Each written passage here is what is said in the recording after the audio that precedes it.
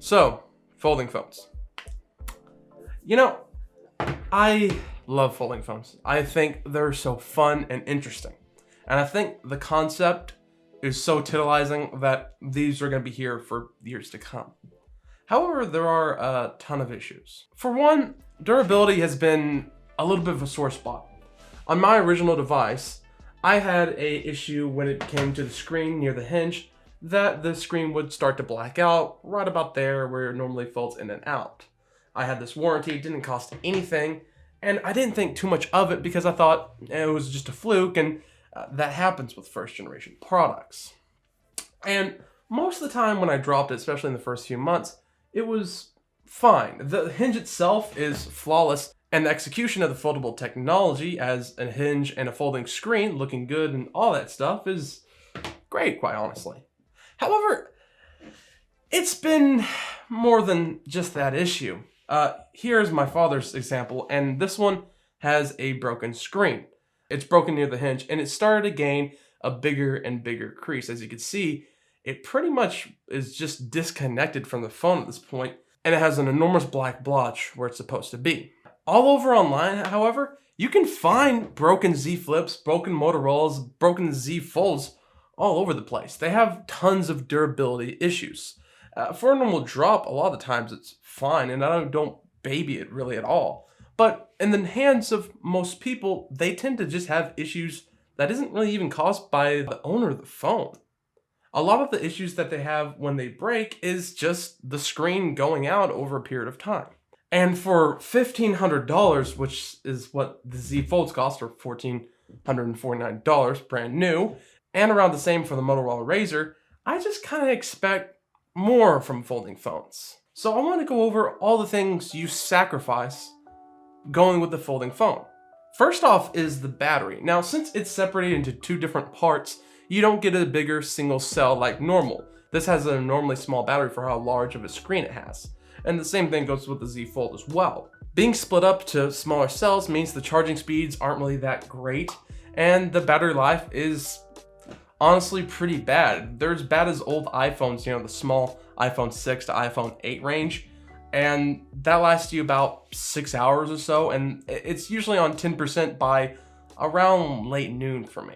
And that's not great, but that's a little bit more expected from the design itself. One thing that I've had issues with my model, my father's model, my replacement model, and now we'll see about his replacement model, is that there's been cellular issues like crazy. For every other phone I've had, it's never really had much cellular issues with sending and receiving messages, at least not as frequently as I have. And honestly, I have no idea why this folding phone has that issue, and the same goes for this one. Now, I get that some parts of it are inherently bad because there's a lack of space and the packaging's hard to do. For example, the vibration motor is complete garbage. Now, when you get a $1,000 phone, vibrations and haptic feedback is something you don't really think of, but it's always there. And these do very poorly. I just got a $300 phone I'm about to review, and its vibration motor is better, which is kind of pathetic, really.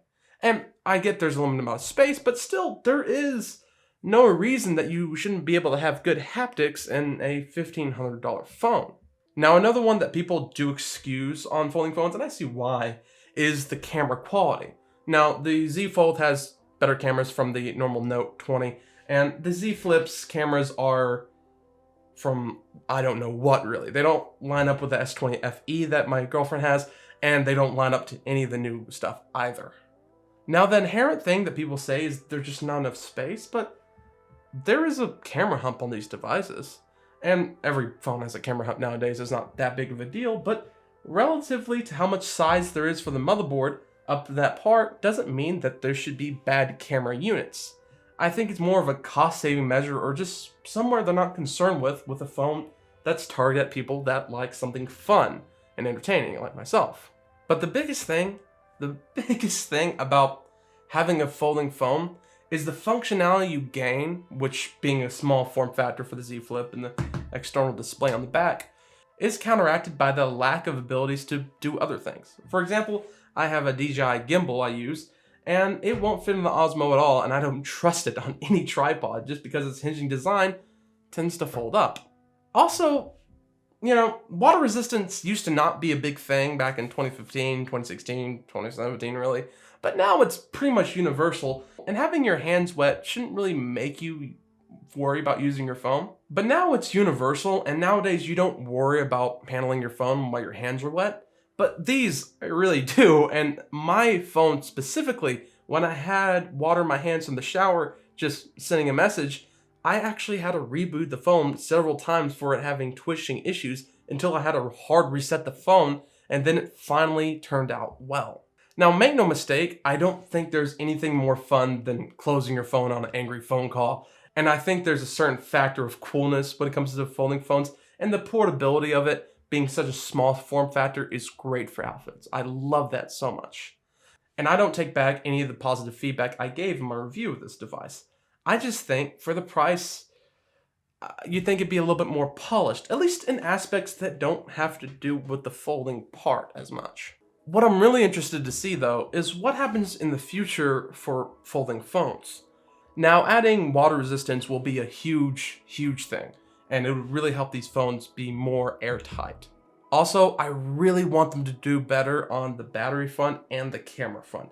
For the camera especially, I don't think there's any reason that you shouldn't be able to have a big camera on it, or a good camera that is, because you can make the camera up as big as you want on any phone nowadays, and people put them in cases, so you're pretty much fine. But what really can be done better is the durability, is the functionality, and the usefulness of it, because you do have drawbacks going with the folding phone design that you may not think of. Now, I personally love folding phones. I think they are the most interesting phones that there are out right now. But for me personally, if I didn't have the insurance from my carrier, T-Mobile, this would have been an $800 screen repair.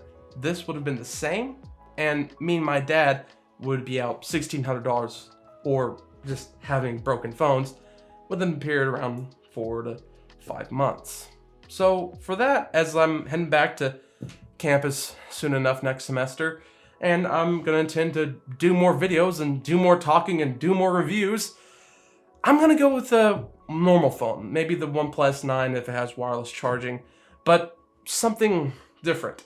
I do love the innovation that they're going with, but unless you have insurance from your carrier, I severely do not recommend getting this unlocked. If you buy these straight up cash, you are running too great of a risk that I can recommend. And I hope that changes soon, because what you can do with folding phones is really interesting to me. And especially the tablet form factor design, I've become more and more interested in, as I've already did the flip phone thing, and I've gotten a little used to it. And I'm really curious about that LG rollable screen, which, boy, if these had issues with just being a hinge being closed, oh my goodness, that thing's, that's gonna be a possible disaster. So, if you get one, please buy it off your carrier, and please get insurance on them. It is worth every penny. But until then, there are some other more normal phones with high refresh rate, with water resistance, with better, faster charging out there, and better cameras to boot. And I'll be looking in that front soon. But anyways, thank you so much for watching my video. If you liked it, go ahead and hit that like button. And if you loved it, if you want to see more, please subscribe down below. It really helps the channel. I intend to do a lot more discussion-like videos for this upcoming year. And if you have any suggestions, advice, or comments, or debates about some points, hit me up in the comments as well. I answer them quite frequently. See you later.